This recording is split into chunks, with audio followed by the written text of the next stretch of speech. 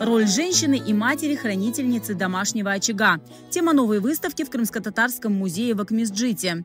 Здесь культура и традиции, обряды и обычаи представлены в одном зале. Каждый из этих предметов когда-то занимал свое достойное место в крымско-татарском доме. Элементы одежды как повседневной, так и праздничной, аксессуары и украшения, созданные ювелирами, чьи имена история уже не помнит.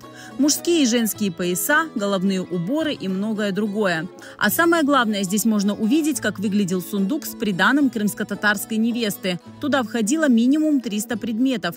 Например, у этого емен-явлуха или чевре, платка, который использовали во время обряда никях, уникальная история.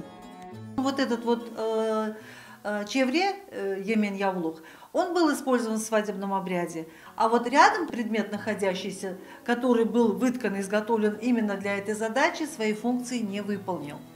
Как мы это узнаем? Мы это узнаем тем, что этот предмет после вышивки обязательно в середине сшивался. Вот таким вот образом складывался, и большой платок превращался в небольшой платок, в котором вышитые углы сходили в одно единое, и таким образом создавался рисунок. В момент совершения никяха снимался вот этот вот средний шов, и платок приобретал большую форму, совершал свой обряд. Так как здесь шов не снят, значит, та девушка, которая подготовила непосредственно этот платок, вот этот платок, она замуж не вышла. Также частью приданого были головные покрывала щербенте. Это вот такие вот легкие головные покрывала, домотканые, изготовленные непосредственно дома, а затем уже на них вышит орнамент. Хочется сказать, что вот выставленные в экспозиции эти головные покрывала, часть из них она экспонируется впервые. Датируются они конец 19-го, начало 20 века.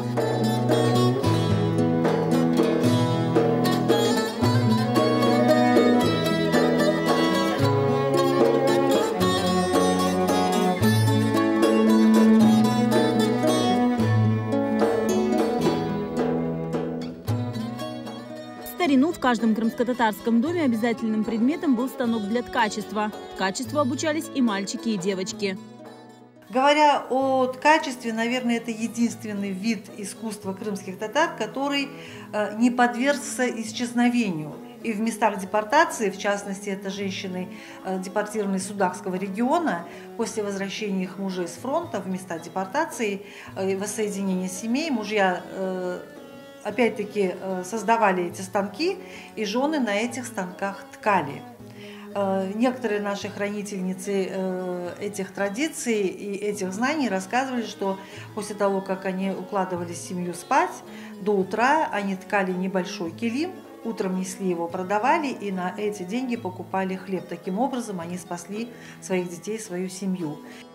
Также на выставке представлена и старинная посуда, подносы и кувшины.